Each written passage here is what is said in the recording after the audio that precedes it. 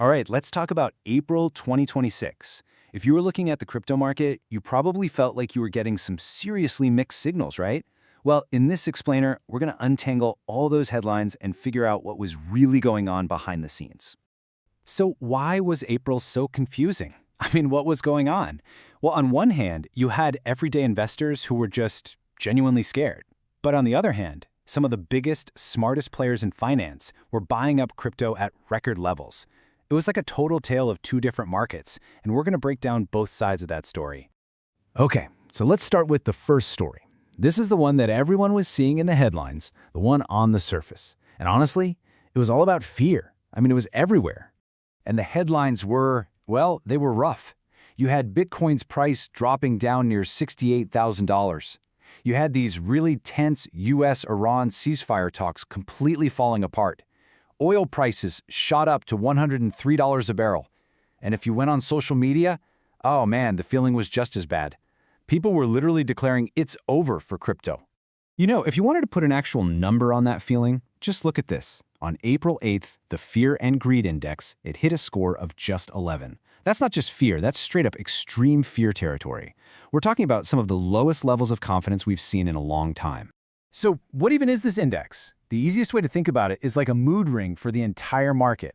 It looks at all these different signals, how much the price is swinging, what people are saying on social media, trading volume, and it just boils it all down into one simple score. 0 means everybody is absolutely terrified. 100 means everyone's getting super greedy. So a score of 11? Yeah, that's pretty much maximum panic.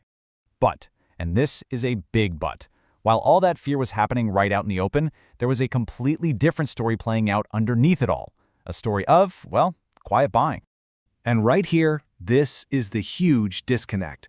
While regular folks were feeling that extreme fear, the big financial institutions, they were buying crypto at record levels. It was literally a tale of two completely different markets happening at the exact same time.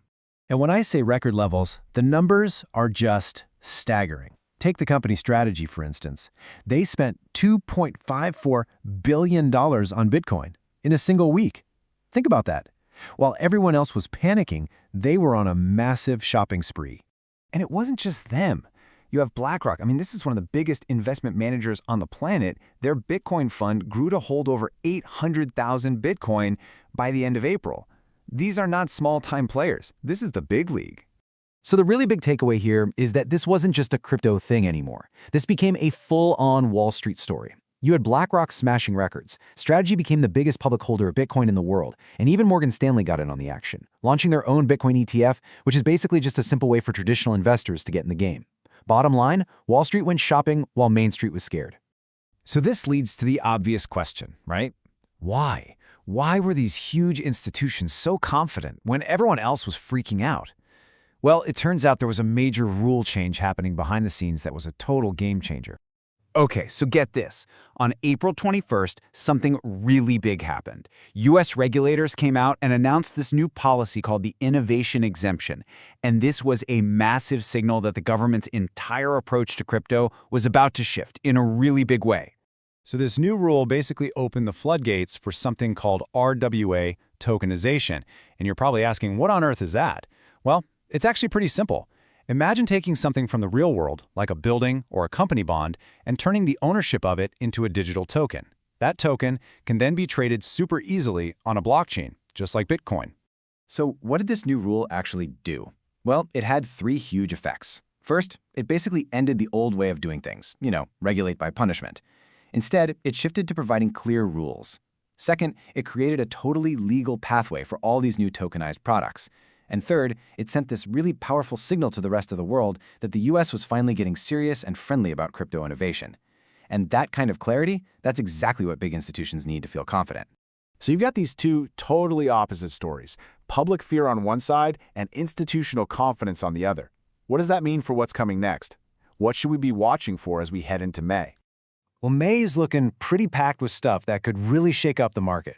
For starters, you've got a big leadership change at the Federal Reserve. That's the group that controls interest rates. The whole situation between the US and Iran is still a huge wild card. And inside the crypto world itself, there's a massive upgrade for Ethereum coming up called Glamsterdam that everyone's watching.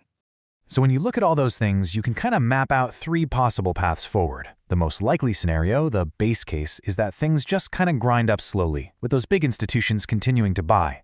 Then you have the bull case, the best case scenario, where the market could really break out if we get some good news, like a ceasefire. And of course, there's the bear case, where the market pulls back if that geopolitical stuff gets worse, or the Fed says something scary about interest rates. And really, that brings us to the most important thing to understand about April. There was this massive gap between the price, which was being driven down by fear, and the fundamentals of the market, which were actually getting a lot stronger, thanks to all that institutional buying and the clearer rules. And there's an old saying on Wall Street that fits perfectly here. The gap between price and fundamentals will not last indefinitely. It never does. So, I think the big lesson here is pretty clear. You gotta look beyond the surface-level story. The scary headlines don't always tell you what's really developing underneath. Stay informed, manage your risk, and trade with M.io.